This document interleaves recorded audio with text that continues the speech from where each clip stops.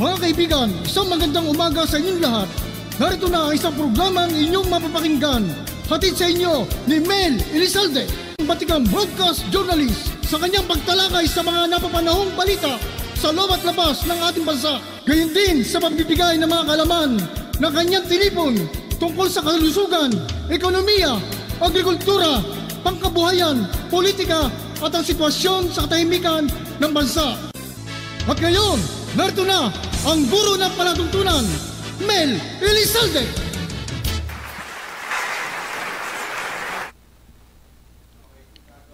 Magandang umaga po sa inyong lahat, mga minamahal naming taga-subaybay. Kamusta po kayo? At welcome po dito sa ating studio sa Elizalde Broadcasting, sa ating pong programang EB Talakayan. Ngayong Tuesday, February 6, 2024.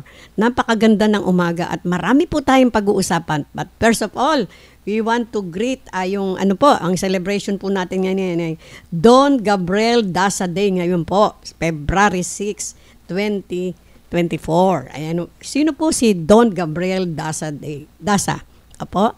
Alam nyo, kailangan makilala po natin at dapat, although kilala na po siya, ipapaalala po natin doon sa mga hindi nila nakikilala pa ang ating mahal na si Don Gabriel Dasa. Ito po, siya po ang isa sa mga founding father of the Boy Scout of the Philippines. O, alam niyo naman ang Boy Scout of the Philippines hanggang ngayon, di po ba? At first, Filipino electrical engineer, advocates of the electrifications of the Philippines. Siya po yun. Ako, napakalaki po ng kanyang contribution sa ating bansa. At isa pa, he became one of the director of the Philippine Charity Sweepstakes Office, yung PCSO, na hanggang ngayon naman po ay talagang tumutulong sa mga proyekto para sa mga mahihirap. Di po ba? At isa pa, siya rin po ay naging one of the incorporators ng PLDT or Philippine Long Distance Telecommunication. No? At sinasabi po, sino po si Don Gabriel Dasa? Siya po ay son of commander of the Revolutionary Force in Samar, no? During the Phil-Am War, and it's known for history as the Balangiga Massacre.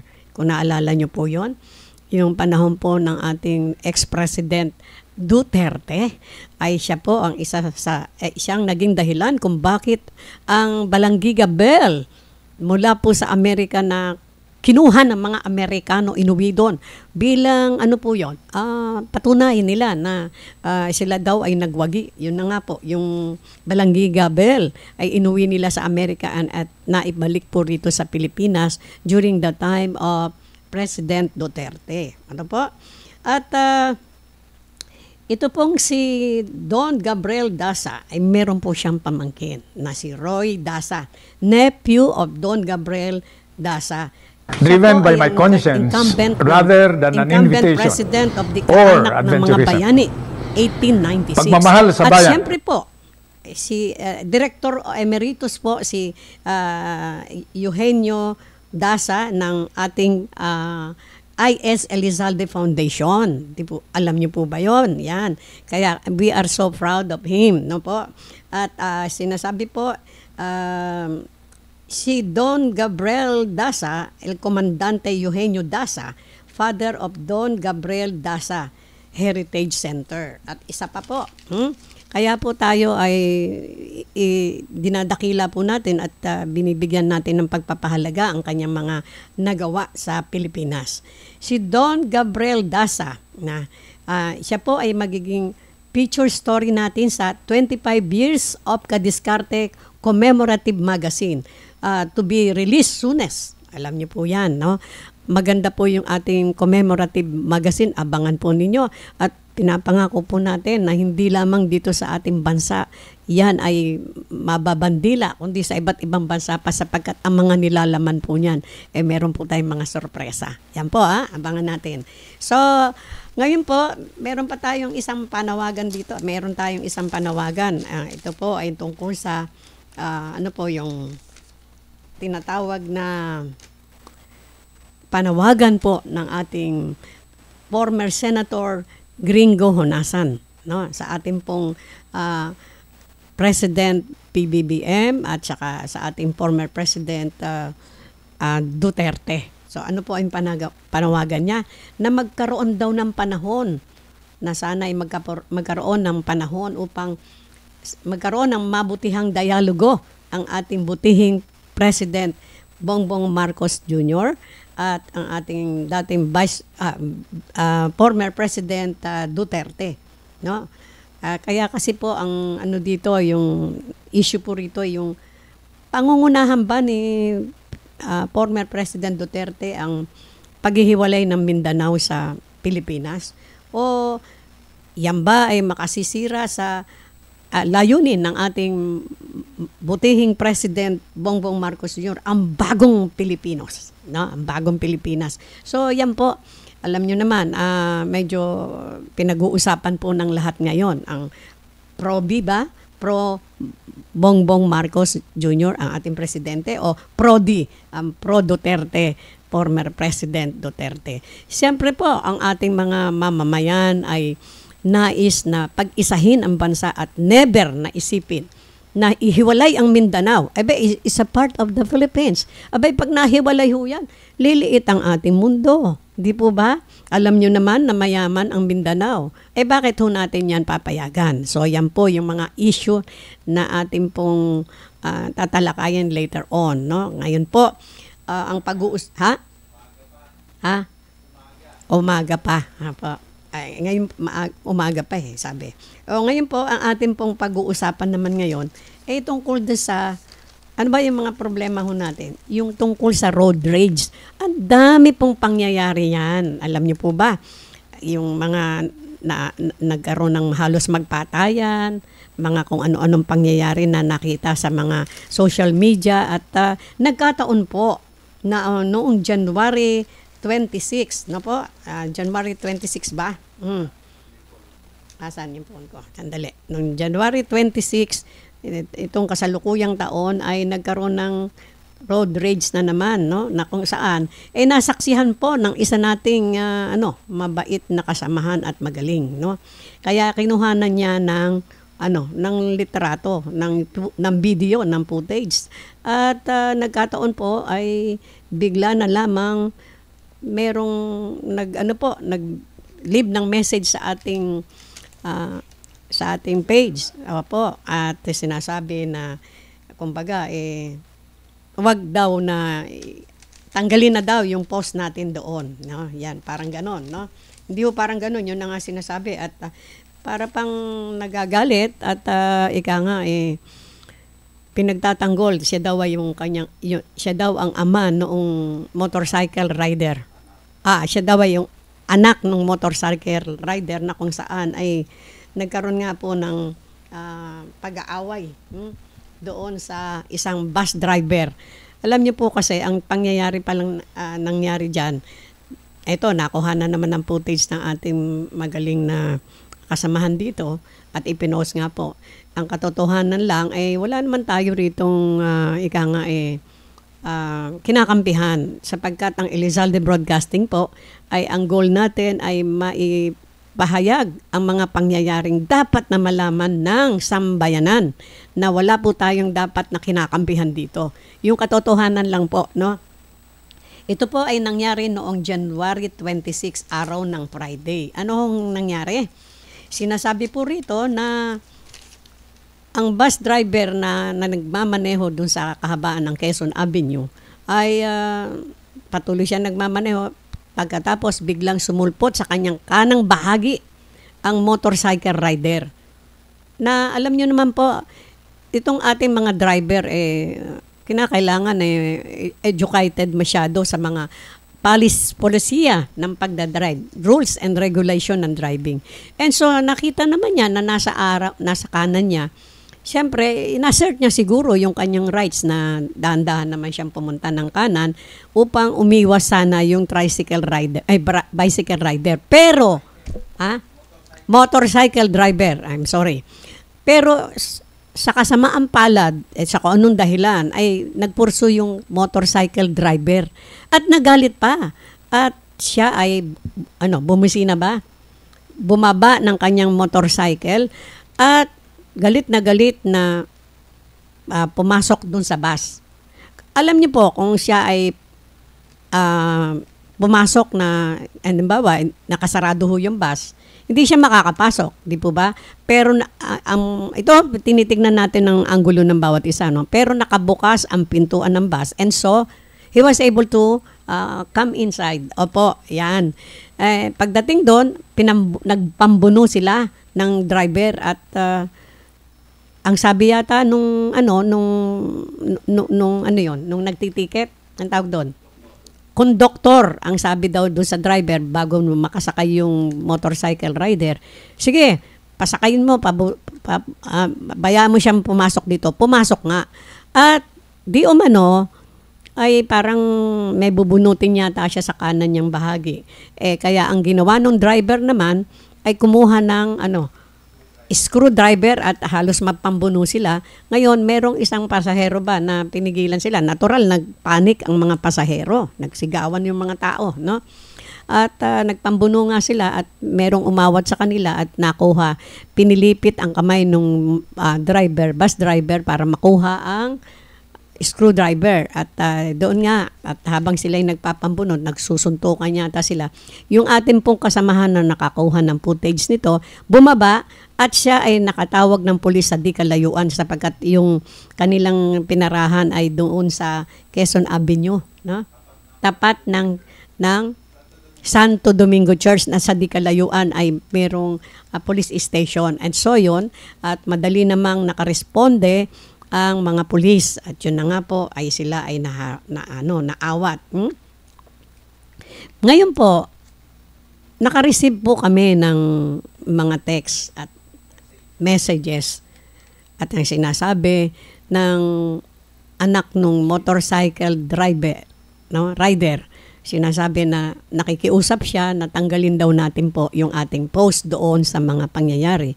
At ang hindi lang po maganda ay para ho siyang nanakot pa. Magdidemanda raw siya. Well, pag-uusapan po namin ng abogado ng ating Elizalde Broadcasting yan sapagkat wala po kaming violation dito. Ang amin po bilang part of the media practitioner, gusto lang po nating ilarawan ang mga pangyayari sa ating bansa at ipaliwanag sa buong sambayanan na dapat ganito gawin natin, ito hindi natin dapat gawin. Ganun lang po ang layunin natin. Hindi po tayo kumakampi o tayo ay naninira sa kung anumang pangyayari. Yan lang po ang goal ng Elizalde Broadcasting. Kaya yung message na pananakot na pag hindi nyo inalis yan sa post ninyo ay magdidemanda kami. Magkakaso daw po. So yan po, nananawagan po kami na wala po kaming dito, layunin na siraan ang inyong tatay dahil ang sinasabi niya, hindi raw po namin alam kung bakit ang tatay niya, kumbaga naggano na reaksyon. Well, tinatalakay lang ho natin yung ika nga po yung kabit-kabila ng bawat isa ng bus driver at ng motorcycle driver at sana po kapulutan nito ng aral ng ating mga mga drivers, no? Ikaw man ay maging bus driver o yung mga private drivers ng mga kotse o lalo na yung mga motorcycle driver na sobrang iinit ng utak. Baka maaari siguro nabibilad kasi sila sa araw at saka sa ulan no. Yan po. Hello po. Good day, ma'am. Shout out naman po ang selective or biased justice sa usapin namin sa lupa against ex-PNP Chel Alan Lamadrid Purisima, ex-Parañaque Mayor Pablo Olivares, Mariano Villaperte III, retired Army Colonel Orcalito Paulino Mapalo at yun? Anong sabi? Shout out Orcalito, etc. Ayan. Paulino Mapalo at paki-ano mo nga? Paulino Mapalo at sabi po against ex-PNP Chief Alan Lamadrid Purisima. Ayan. At sinasabi ho rito na estafa through falsification and among others at SALN. Office of the Ombudsman, Sandigan Bayan, at Supreme Court dapat managot kapag sabwatan sa pag-absuelto kina ex-PNP Chief Alan Lamadrid Purisima et al. Please open my links. Thanks. Yan po, may isang panawagan tayo. No? Marami pong salamat at pinagtitiwalaan niyo po ang ating Elizalde Broadcasting. Jose Teddy Del Rosario, handa po akong tumestigo at humarap kahit saang sulok ng Korte at Senado para patunayan ang sinasabi ko. Salamat po, ma'am. Well, yan po ang panawagan, no? Maraming salamat po sa inyong mga panawagan. At ito po, meron pang isa. Hello po, good day ma'am. Pa-shout out naman po sa selective or biased justice sa usapin namin sa lupa against ex-PNP Chief Alan Lamadrid Purisima. Ayun na yun, okay. Handa raw silang tumestigo. Yan po. Maraming salamat po at pinagtitiwalaan nyo ang Elizalde Broadcasting sa inyong mga panawagan. Umasa po kayo na ito po ay ating pong gagawin sapagkat dito po ang layunin ng Elizalde Broadcasting ay makapaghatid ng mga pangyayari at balita sa atin dito sa ating bansa at sa labas man ng bansa na syempre base sa katotohanan at wala po tayong kinakampihan dito. Yan po, no? Katulad po ng sinabi po natin, yung pangyayari dyan sa road rage, na kung saan napakadami hong mga pangyayaring ganyan. At ito nga po, noong January 26, Friday, na nangyari, kung sana Ginoo ay pag-aralan mong mabuti yung iyong mga sinasabi. Dahil kami, papag-aralan din namin ito at we think we have no violations dito sa pagpo-post sapagkat ito po ay parte ng ating goal o ating layunin para sa bilang isang media practitioner. Ano po sa palagay nyo sa opinion ng bayan ukol sa usapin na ito ng post about the road rage? Ano po raw ang palagay natin? Ang palagay natin, siyempre hindi tayo mapalagay. Kailangan magkaroon po sila ng pagkakaintindihan at maintindihan kung ano ang kanilang mga violation at yung mga hindi nila dapat gawin. Both of them, no? Ngayon, ang bus driver dito, okay siya dahil ayaw niyang paraanin sa kanang bahagi sapagkat ang overtaking ay hindi niyo po naitatanong, ang inyong lingkod, isa ring motorista. Alam natin, yung mga policies, polisiya sa pagmamaneho. Hindi po tayo pwede mag-overtake sa kanan, lagi po sa kaliwang bahagi. Ngayon, kung medyo nagkaganon, sana nagbigayan na lang din kahit papano. But sa second time around, dapat malaman nyo para wala na po kayong makakagalit. Dahil kung tayo pa ay mali, tayo pa ang galit, yun nga po, mauuwi pa yan sa basag ulo at baka magkapatayan pa. Kung hindi po naawat ng mga tao. At isa pa, malaking gulo ang ginawa po ng pangyayari na yan sa mga pasahero. Sipin nyo, natakot yung mga pasahero o yung mga senior citizen, di maintindihan kung bababa o hindi. Mabuti na lang yung ating pong kasamahan ay nakataliwas agad dahil sa pambuno ng driver at nung motorcycle driver na inaawat naman ng ilang kalalakihang pasahero, nakababa siya ng bus upang tumawag ng mga pulis at sa kabutihan palad, 2 pulis agad ang rumuspende. Ay palakpakan po natin ang mga kapulisan natin at maraming salamat sa maaga ninyong pagresponde. Yan po yung isa sa mga road rage dito sa atin. Sana po para maiwasan na yan, ayusin po natin yung ating mga pag-iisip. Wag ho tayong mainit ang ulo kapag tayo po ay nagmamaneho. Uminom muna kayo ng yelo. No? Ako rin pag mainit ang ulo ko, bababa. Muna ako sa isang gasolinahan at iinom ako ng dala kong tubig. No? Kailangan tayo, ika nga malamig ang ulo pag nagmamaneho. Kasi pag nangyari na po ang isang aksidente, hindi na po natin maibabalik yan. Kasi yung silakbo po ng galit ay talaga wala hong mararating yan. So yan po ang ating masasabi at yung anak ng motorcycle driver na nagbanta po sa ating company sa Elizalde Broadcasting. Iho, sana ay tignan mo munang mabuti. Wala naman tayong kinakampihan dito. So we will just talk about it with our lawyer, of course. At sa pagkakaalam namin, wala kaming violation. So hanggang sa muli, mga minamahal nating taga-subaybay. Oo nga po, kung hey patsoy sa mga Chinese nating mga kasama. Chinese New Year po. At magandang bagong taon sa inyo. At siyempre, tayo po ay nagagalak. Sila ay nagkakaroon ng selebrasyon dyan sa, sa Chinatown, no? At alam nyo naman, malaki din ang kanilang kontribusyon sa ating bayan. Ang mga Chinese na ating nakasama for a long time na hanggang ngayon. So, kung hey pachoy, no? Wag na ho kayo mag-atubiling magpadala ng rito. Tikoy.